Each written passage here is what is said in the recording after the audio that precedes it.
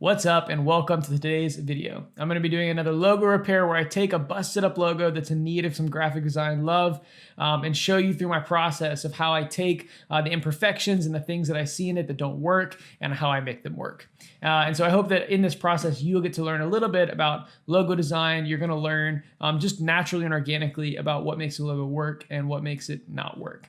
And so before we get started, I want to offer a little piece of encouragement. When in the design world and even for myself, I catch myself often nitpicking lots of small things. And when I make a logo, I want it to be perfect. I want it to be really great. But we can also tend to do that with ourselves as well. We can be really nitpicking and really critical and kind of hold ourselves to impossible standards like perfection, or we can do the same to others. So I just want to encourage you that though that works on the graphic design side, it does not work on the people side. So give yourself a little grace, give others a little grace, and know that we're not all going to be perfect. But let's see if we can get this logo perfect.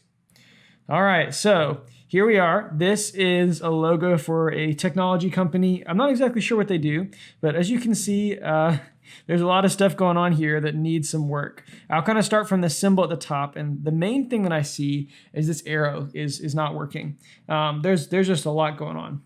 Over here, it looks like it's trying to match up with the line of this globe, but it's got this like weird little cutout part, doesn't look right. There's a gap in here. You also see these colors aren't connecting properly. Like they have like different parts where they're jutting off. It's not like one cohesive piece. And then even it looks like they're trying to make it look like the arrow comes from behind the globe and moves in that direction, but I don't know if it's really working.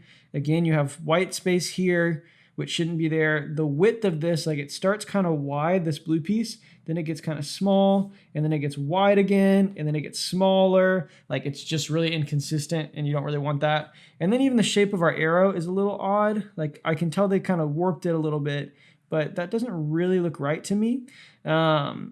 Yeah, there's just some weird things going on. Another thing that's really important to note is that we have some transparency happening here.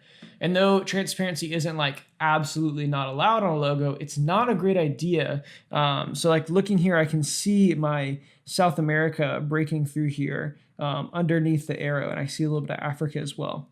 The problem is that if you want those details to show, and that's important to your logo, transparency is not a way to do it because your logo needs to be able to go down to one color and work effectively. And you can't really show transparency in a one color logo because it needs to be all totally white or totally black or totally one color. You can't have shades, and you can't really use transparencies in the same way.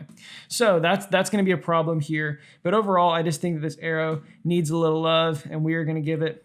Looking more over at the shape, we can see that there's a little bit of a gradient, like they're trying to go for this effect of making the ball 3D looking. But the problem is that the continents themselves, that these guys are not, like if this was a globe, they would be warped a little bit to curve with the globe, right? But they look pretty flat. Like it looks like this map could just continue off to either side here. It looks like they just stamped it inside the circle. So part of it, that gradient says it should be curved, but then it actually doesn't look curved. So we're just gonna get rid of the gradient because that's not really working. And then another thing I noticed is that we kind of have all of our continents kind of more on this side, and over here, it feels like we have a lot of empty space. And it feels like we could show more of Asia and get a little more, basically bringing all the continents in this way to the left. And so I'm going to kind of do that and try to fill in the space a little bit by bringing our continents in and kind of balancing it out visually. Another thing you'll see is that, like I said, this needs to work for a one color logo. So I'm going to be refining this line to make sure that it can transfer to one color really easily as well. Okay, so that's some things I see with the globe. Now let's talk about the type. So the type, I feel like it's almost good. Like there's some issues here, but the main thing that I notice is legibility.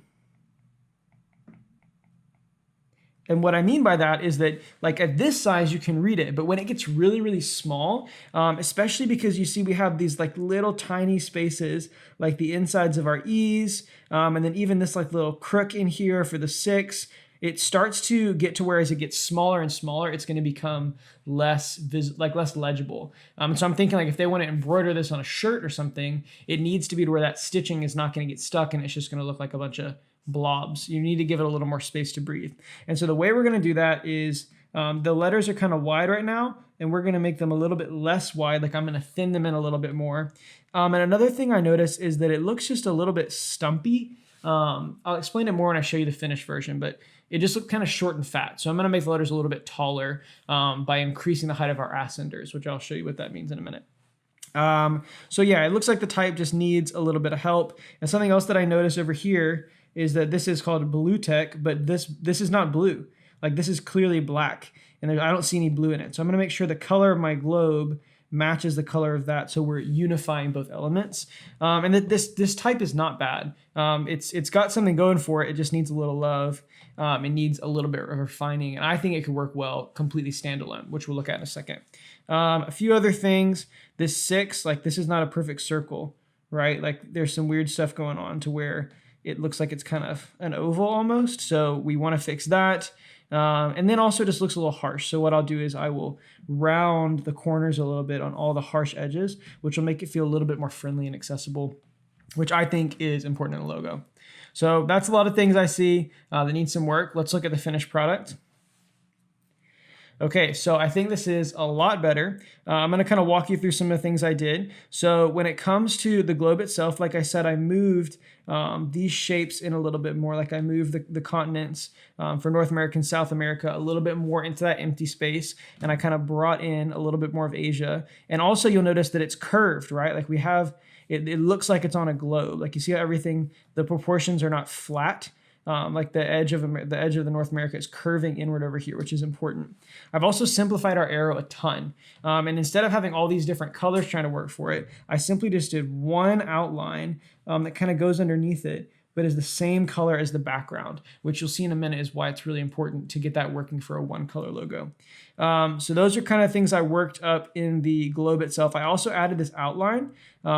That was a terrible little line. I added this outline out here, which is really important because it gives the room for the arrow to kind of like break off into the negative space, which is kind of neat. And then also it's going to frame up our globe, which will be helpful for the one color logo. So I'll show you all that in a minute. And then looking down at our type, as you can see, it's a good bit thinner now, which makes it easier to read. I've increased the size of the spaces in my E's, and I've also angled them just a little bit because they look just a little bit boring, just kind of flat. Like I wanted to give them a little character. Then our 6, if you remember, the 6 was kind of shaped like this. What I decided to do to make it feel a little more geometric is to use some like a straight line for the top of that 6, and then some other little things like that. So, you know, small things, but ultimately I think it helped the logo a lot and cleaned a lot of things up, which is really important. All right, last thing I'm gonna show you is these different variations. And so over here we have the white, we have the black. It's technically the blue from their brand colors just because black doesn't look great right on blue. And then we have the logos to where the text is separated separately, which that's the logo text.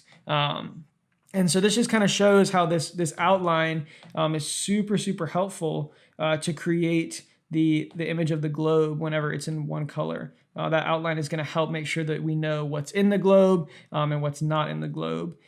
And then one thing I want to show you too, I didn't talk about this, but I talked about making our letters taller. And so there's something called an X height, which is the space of all of your letters, like an X. If you think about where an X fits on your letters, you have like your U, your E here. They all are going to have the same line in common. And then usually the tops of like your H here, this little part of the T. It's not like a hard and fast rule, but this is the height of like the chunky parts of your letters. And then the ascenders and descenders are what go above or below that line. And so what I did is previously it was the height of these ascenders was really short and it looked kind of stumpy. So what I just did is I basically increased it all, which makes it look like a little bit more grown up and a little less fat and short. So I'll delete all my little marks here so you can take a look at it again. But this is the updated Blue Tech logo.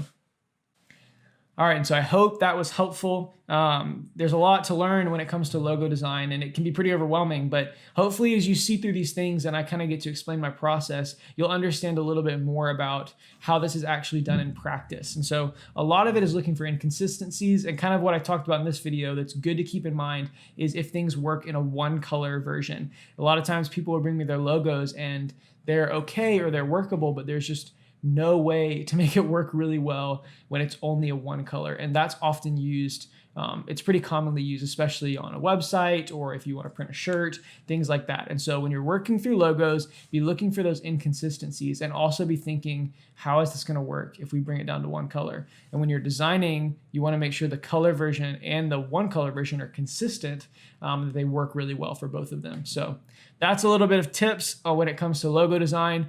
Thanks for watching, and feel free to like and subscribe. I've got new content coming to you every week.